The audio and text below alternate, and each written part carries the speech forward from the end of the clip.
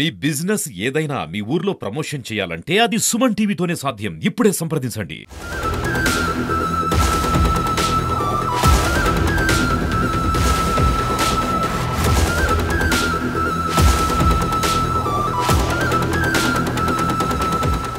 గంజాయి మత్తులో యువత చిత్తవుతుంది అని చెప్పడానికి ముఖ్య ఉదాహరణ ప్రస్తుతం విజయనగరం జిల్లా గాజులరేగలో చోటు చేసుకున్న దారుణం అనే చెప్పుకోవచ్చు.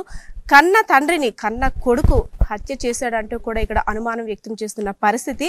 సో సాయి అనే వ్యక్తి తన తండ్రిని చాలా కాలంగా డబ్బుల కోసం వేధిస్తూ ఎన్నోసార్లు గొడవ పడినప్పటికీ గ్రామస్తులంతా కూడా మంచి చెప్పడానికి వెళ్లే వారిపై కూడా సాయి దాడి చేసేవాడు. సో అందుకోసం మేము వాళ్ళ కుటుంబ కలహాల్లో ఎప్పుడు కలగజేసుకోలేకపోయామంటూ కూడా స్థానికులు చెప్తున్నారు. సో అంటే హత్య జరిగింది, ఇక్కడ ఎవరో సాయి అనే వ్యక్తి వాళ్ళ నాన్న చనిపోయారంటూ కూడా ఇక్కడ హడావిడి జరుగుతున్న పరిస్థితి. సో అడుగుదాం స్థానికుల్ని, సార్ ఏం జరిగింది అసలు? మేము వెళ్ళి చూసేసరికి ఏమైందంటే ఇలా చనిపోయాడంటే, ఎలా చనిపోయాడు ఏంటంటే ఏమో తెలియదని ఆ అబ్బాయి మామూలుగా చెప్పాడు. మేము వచ్చి చూసేసరికి రాత్రి అంటే నైట్ ఇద్దరు తండ్రి కొడుకులో ఉంటారు. నైట్ ఎప్పుడు కూడా మామూలుగా వాళ్ళిద్దరూ మందేస్తారు, వచ్చి అప్పుడప్పుడు గొడవలు ఆడుకుంటారు. రెగ్యులర్గా జరిగేది ఎప్పుడు కూడా అలాగే జరిగినట్టే నైట్ కూడా అలాగే ఏదో గొడవ ఆడుకున్నారని తెలిసింది, చుట్టుపక్కల చెప్తున్నారు. దానివల్ల మరి ఏం జరిగిందండి, మరి ఆయన కొట్టాడా, మరి మామూలుగా ఆయన చనిపోయాడా ఏంటనేది నిర్ధారణ అయితే మనకు తెలియదు. ఐ విట్నెస్ అయితే ఎవరు లేరు మామూలుగా. ఇప్పుడు ఆ అబ్బాయి ప్రవర్తన బట్టి అందరూ ఏమంటున్నారంటే వీడే చంపేసి ఉంటాడా, వాళ్ళ నాన్ని కొట్టి చంపేసి ఉంటాడు అంటే. తను కూడా కొంచెం అల్పప్రాణి అండి, కొంచెం ఆరోగ్యంగా బాగున్న వ్యక్తి కాదు, అందుకని బలంగా కొట్టాల్సిన పని లేదు తనకి.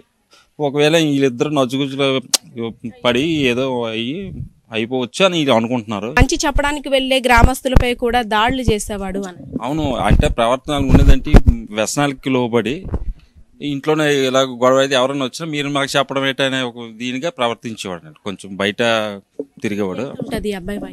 19 సంవత్సరాలు ఉంటుంది. తను మామూలుగా బయటే తిరిగేవాడు. ఏం చేశారు కదా, హాస్టల్లో కూడా జాయిన్ చేశారు, మరి అక్కడ ఉండలేదు. ఈ మధ్యన ఎక్కడో చికెన్ కొట్లు ఎక్కడ చేస్తున్నాడు, ఏదో వర్క్ చేసుకుంటున్నాడు అన్నారు. మరి ఆ తర్వాత మరి ఏం జరిగిందని మనకు తెలియదు. ప్రభుత్వాలు, పోలీస్ అధికారులు ప్రతి ఒక్కరు కూడా గంజాయి కారణంగా ఎలాంటి విపత్తులను ఎదుర్కోవాలో, గంజాయి కారణంగా వచ్చే దుష్ప్రభావాలు ఏ విధంగా ఉంటాయో అనేక కార్యక్రమాలు, అనేక ప్రోగ్రామ్స్ చేసినప్పటికి కూడా గంజాయి మత్తులో పడి జీవితాలని సర్వనాశనం చేసుకుంటున్నారని చెప్పుకోవచ్చు. ఈ ఇన్సిడెంట్ మాత్రమే కాదు, సాయి దుర్వ్యసనాలకు బానిసై గంజాయి సేవించి చుట్టుపక్కల ఉండే వాళ్ళని కూడా చాలా ఇబ్బందులకు గురి చేసేవాడని చెప్తున్నారు. సో ఏదైనా ముందుకొచ్చి చెప్పాలన్నా సరే రేపు పొద్దున్న జైలు నుండి వచ్చిన తర్వాత మమ్మల్ని ఏం చేస్తాడో వాడి గురించి భయంగా ఉందని అంటున్న స్థానికులు కూడా చూస్తుంటే నిజంగా ఆశ్చర్యకరంగా ఉంటుంది. అంటే అంత సైకోలో బిహేవ్ చేసేవాడేమో అని.